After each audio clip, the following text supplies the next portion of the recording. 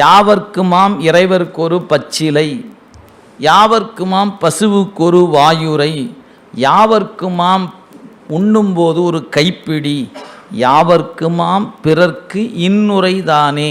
திருமூலருடைய பாட்டு, திருமந்திரத்தில் இருக்குது.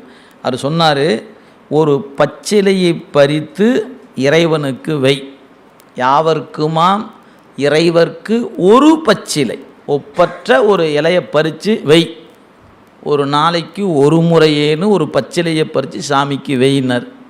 இது பக்தி. யாவர்க்குமாம் பசுவுக்கு ஒரு வாயுரை, ஒரு பசுவை பார்த்திங்கன்னா ஒரு கைப்பிடி அதுக்கு ஏதாவது உண்ணுவதுக்கு கொடு, அது சொன்னது அறம்.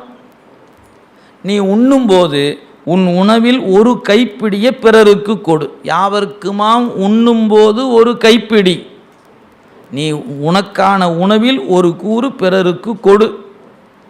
அடுத்து சொன்னார், நீ பேசுகிற பேச்சில் பிறர் நன்மை பயக்கும் வண்ணமாக நல்ல சொல்ல சொல்லுனர், யாவர்க்குமாம் பிறர்க்கு இன்னுரைதானே. இப்போ இதில் சொன்னது பக்தி தான், ஆனால் அதுக்குள்ளே என்ன வந்திருக்குது, இறை கோட்பாடு இருக்கிறது, அறம் இருக்கிறது அப்படின்னு நீங்கள் பார்த்து கொள்ள முடியும். அந்த அடிப்படையில் தான் அதுக்குள்ளே இறை என்று வரும்போதே தத்துவ ஞானம் அதுக்குள்ளேயே வந்துடும்.